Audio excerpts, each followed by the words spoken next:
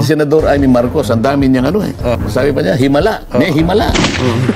Walang himala o may himala. Hindi kung ako nandun.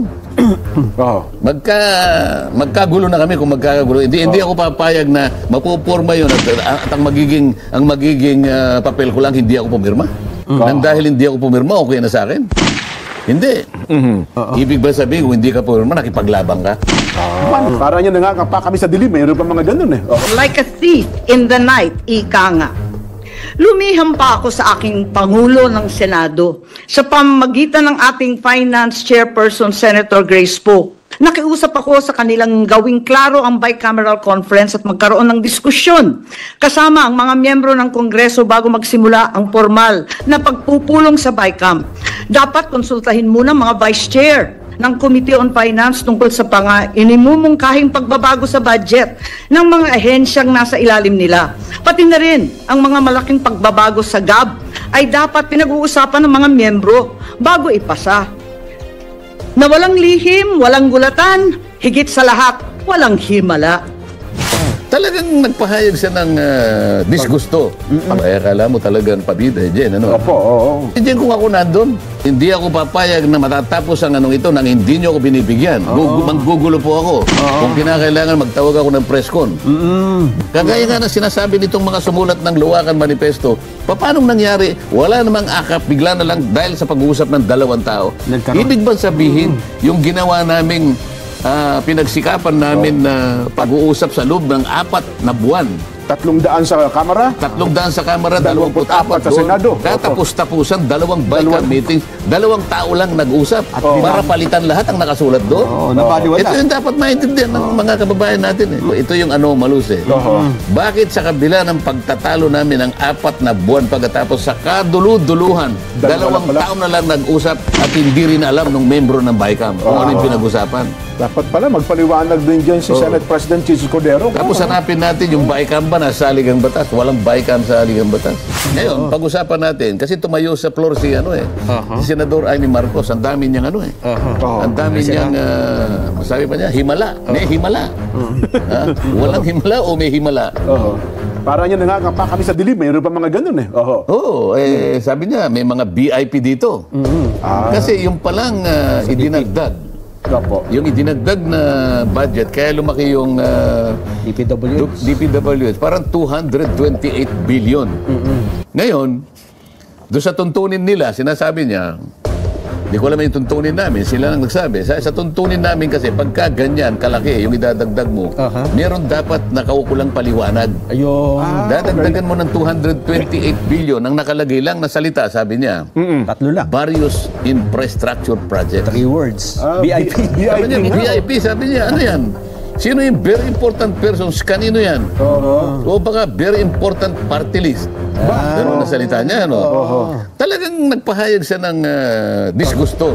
Pagkadismaya nga po. Sabi niya, ito na ang pangalawang pagkakataon sa 6 na taong ko kanyang pamamalagi sa Senado. Ngayon lang ako muling tumayo upang ihayag sa inyo ang aking consternation, ang aking disappointment, ang lahat ng aking nararamdaman. Kaya akala mo talagang pabida, Jen, ano? Opo, oo. Humihingi ako ng report. Sabi niya gano'n. Nag-caucus pa kami.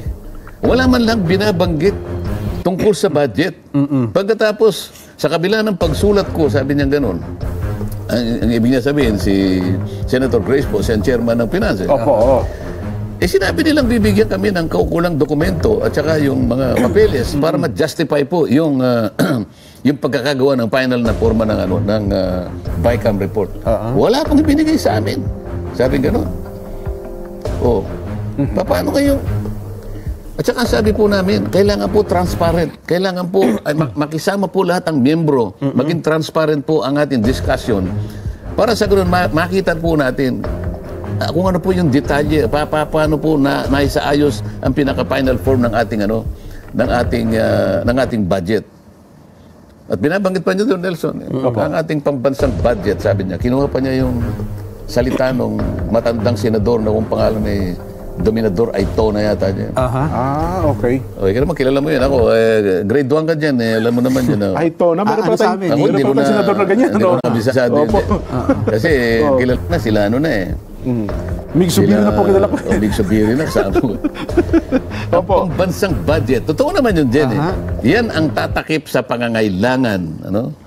Sa lahat ng dapat nating gawin ang mga yan siya para serbisyuhin, proteksyonan, ipaglaban ang kapakanan ng lahat ng mamamayang Pilipino. Kaya natin inilatag ang budget na yan. Yan ang makasasapat para tugunin ang pangangailangan. Ano? Opo.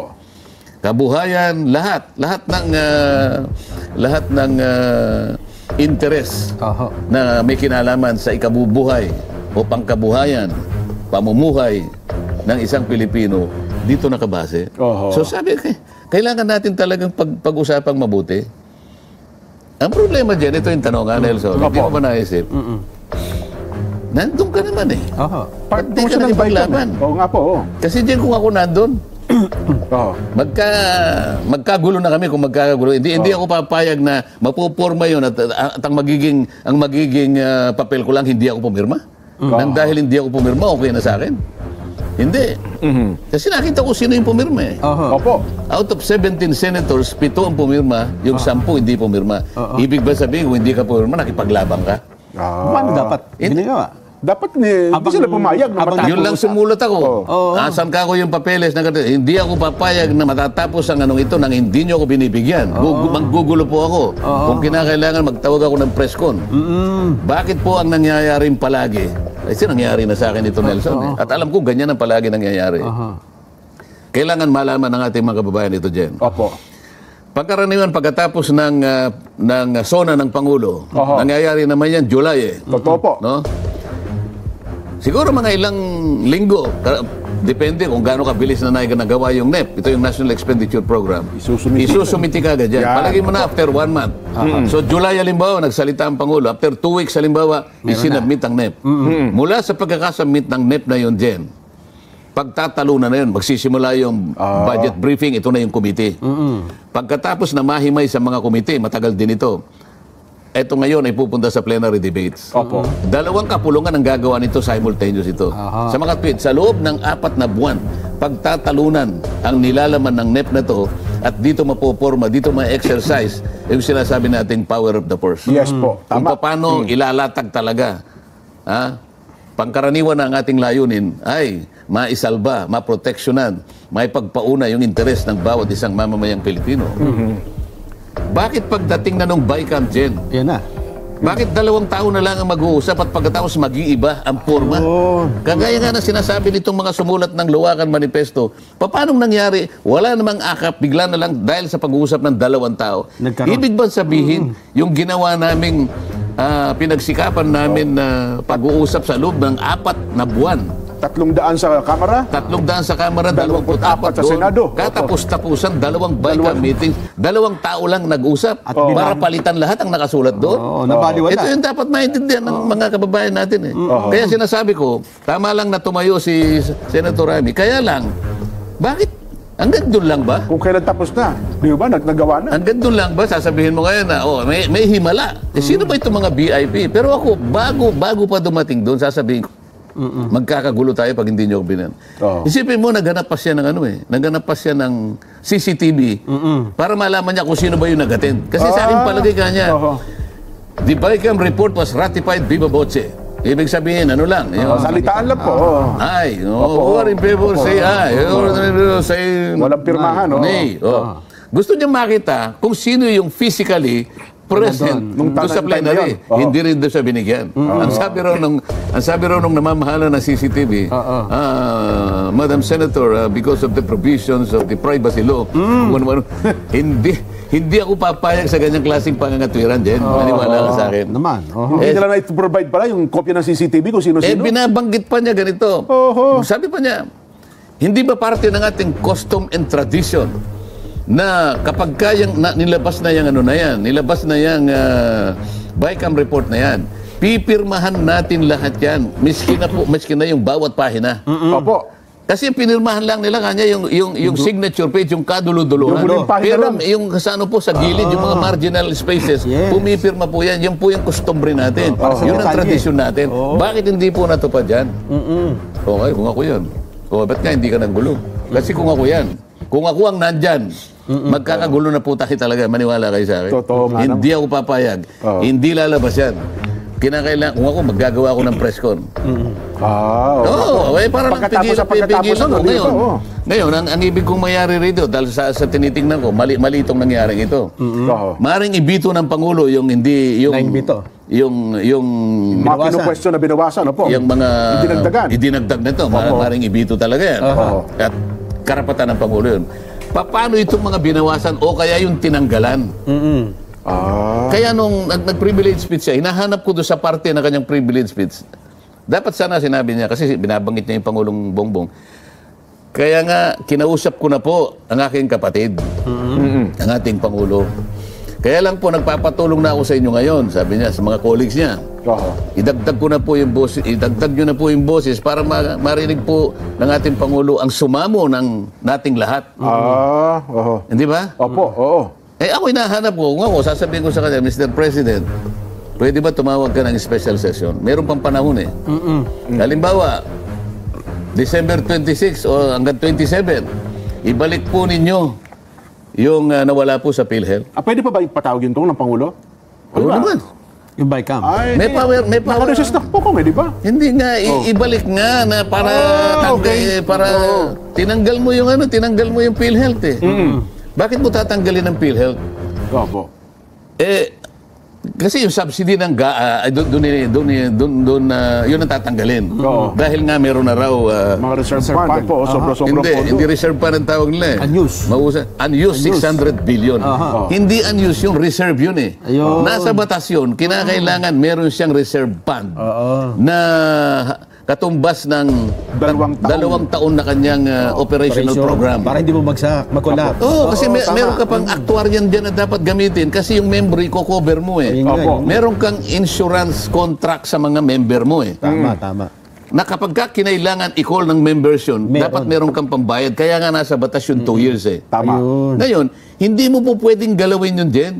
Kaya kailangan yung subsidy. Nandun. Saan mo kukunin yung paano yung sinasabi ng batas na merong nai-earmark mula sa alcohol at saka dun sa beverages?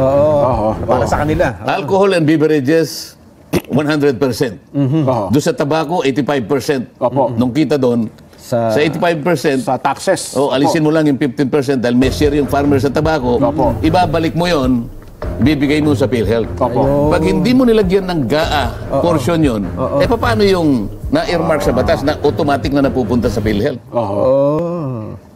Paano ngayon yun? Ibig mo sabihin, yun ang gagaling sa tabako, nanggagaling sa beverage at saka sa alcohol, hindi mo na ibibigay, nakalagay sa batas yun. Lalabag sa batas. Pero yun ata ko, parang given na ata yun eh. Yung kaya nga, saan mo ilalagay? Kung alisin mo yung GAA, doon mo kukunin eh.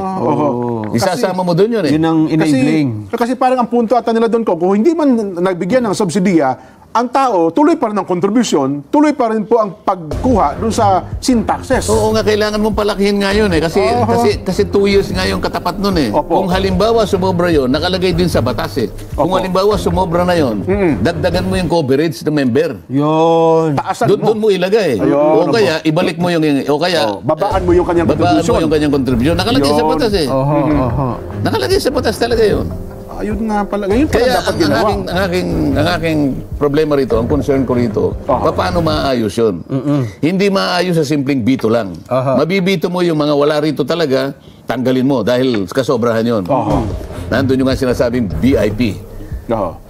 Various infrastructure projects. Kung bakit yun palagi doon nilalagay ang karamihan ng pondo. Sabi nga natin dito, hindi ba nakatarget yung pangangailangan, yung interes ng bawat mamamayang Pilipino? Ba't binawasan mo yung mga agencies na palaging doon lang nakatutok, lalong-lalo na yung mga marginalized? Dapat targeted yan, Kong. Tukoy mo dapat yan, Kong. Kaya dapat. Sana nakikinig ang Malacanang dyan. Meron naman siguro nakikinig. Oo naman po. Kailangan po ay tumawag kayo ng special session, Mr. President. Para po maiwas to ito. Kasi kailangan po talaga yung hindi po... Yun lamang sinasabi nating konsulta package dyan eh. Na sinasabi, sa ngayon nata 1,700. Hindi po konsulta lang yung 1,700. Paano yung hospitalization? Paano yung laboratory? Paano yung professional fee? Hindi na ba natin isasaalang-alang yun? Kaya ang kwenta natin sa 10,000, baka mamaya kulang pa yun Sa 5,000 na lang. At least may karagdagang 500 billion siguro. Yun ang idadagdag mo sa 600 million sapagkat yun ang contract liability sa insurance. Hindi mo pwedeng tanggalin yung subsidy na manggagaling sa GAA sapagkat pati yung manggagaling sa tabako at saka sa alcoholic beverages. Ano So, pagpapatayan? pati yun mawawala. Yun nga. Ay, saglit lang ko, ano ha? Medyo mainit no? nagpapalpitate ako sa mga... At saka, ang tanong pa, paano yung remedyo? Ano? Ang remedyo, Bicam sinasabi mo? ko, meron pang remedyo, meron pong natitirang panahon pa. The President should call for a special session para ibalik po yung nawala. Ayun.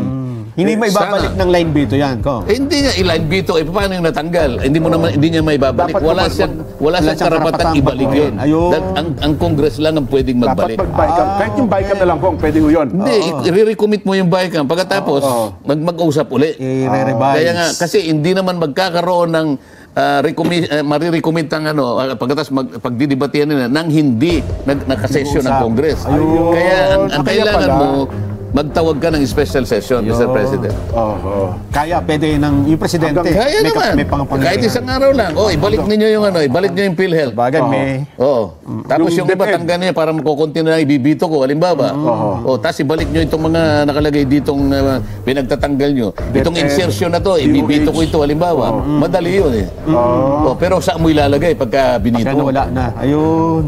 6.3 trillion pa rin ang budget. Yung total, hindi naman nababago yun.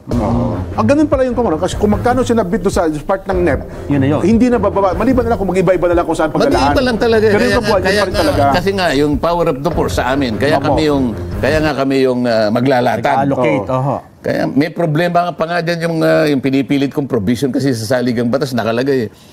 Ang mag-allocate yan is exclusive sa House of Representatives. Ang sinasabi kasi, and the Senate can propose or concur. Yun. Pag-propose ka lang pero hindi ka pwedeng mag-impose. Ang nangyayari, nag-impose na 2 tao lang. Ito yung pinaka-ayaw ko. Ito yung anomalous Bakit sa kabila ng pagtatalo namin ng 4 na buwan pagkatapos sa kadulu-duluhan, 2 taon na lang nag-usap at hindi rin alam ng membro ng BICAM kung ano yung pinag-usapan. Dapat pala, magpaliwanag din dyan si Senate President Jesus Cordero. Tapos hanapin natin yung BICAM ba na saligang batas. Walang BICAM sa saligang batas.